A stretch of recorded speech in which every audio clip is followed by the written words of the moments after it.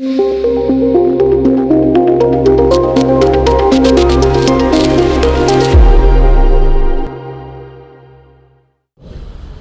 एक गोष्ट आवर्जून मला तुम्हाला गोष्टी सांगायच्या, मला पत्रकार मार्फत जनतेपर्यंत एक सांगायचं की शिवनेरी किल्ल्याचा विकास जो सुरुवातीपासून आजपर्यंत झाला तो अजितदादा पवारमुळे झालेला आहे.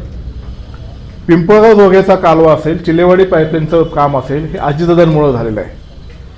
ह्या तालुक्यातले प्रमुख गावातले बरेचशी कामं मी गेल्यावर सांगतात ना, 5 कोटीची कामं झाली, 10 झाली, उतूरला 55 कोटीची कामं झाली, हे सगळे झाले. किती आपण 80% कॉन्क्रिटीकरण केलेलं आहे. आळ्यामध्ये किती झाली, जुन्नरला किती झाली, ही सगळी दादांमुळे झालेली आहे. आणि म्हणून दादांनी एवढं काम केल्यानंतर तुम्ही दादांच्या पॅनलच्या पाठीमागं भक्कमपणे प्रत्येकाने उभं राहावं अशी माझी सर्वांना नम्रतेची विनंती. आणि जर लोकांना वाटत असेल दादांनी सगळं खरंच काम केलं, आम्ही प्रामाणिकपणे काम केले, तर तुम्ही तसं पद्धतीचं घड्याळ आणि मशाल दाबावं अशी माझी विनंती आहे. जय शिवराय. आपल्या सर्वांना कल्पना आहे की जिल्हा परिषद पंचायत समिती या निवडणुका आता अंतिम टप्प्यात.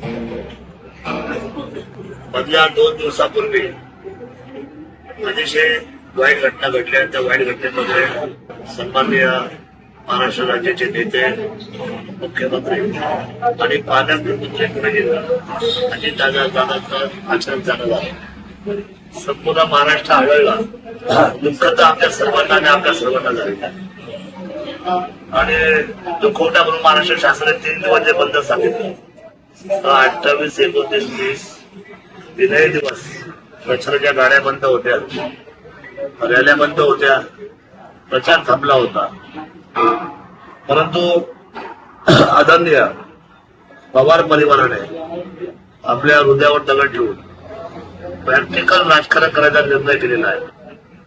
आणि तो निर्णय असा आहे की राष्ट्रवादी पार्टीने अजितदादांच्या जागेवर उपमुख्यमंत्री पदावर आणि त्या पक्षाचे प्रमुख म्हणून सुरेंद्रनाथ पवार यांची निवड केलेली आहे. आज सायंकाळी दुष्यंत होणार आहे.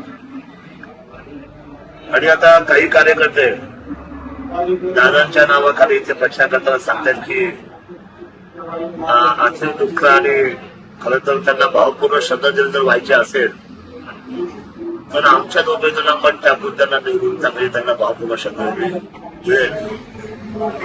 पण मी आपल्याला प्रॅक्टिकल सांगतो, जसा अजितदादाचा स्वभाव होता तसा थोडासा आमचा देखील स्वभाव आहे.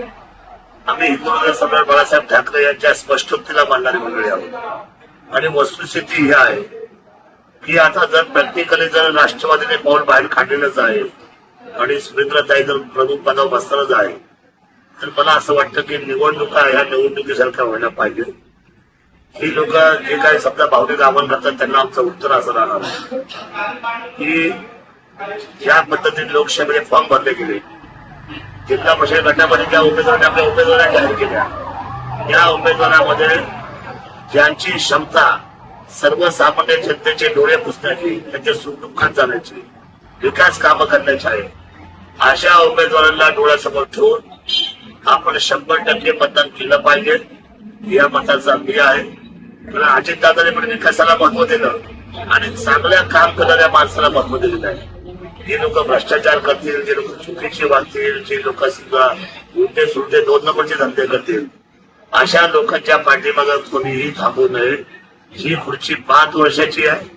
ही जनतेचा केंद्रबिंदू असलेली खुर्ची आहे.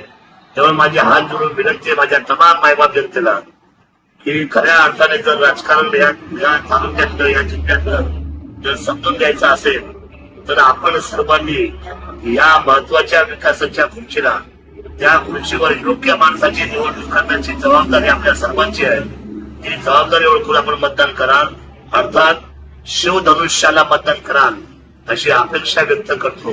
आणि धनुष्यबाणाला आपण सर्वांनी विजयी करा अशा पद्धतीची भावना व्यक्त करतो. जय शिवराय. धन्यवाद.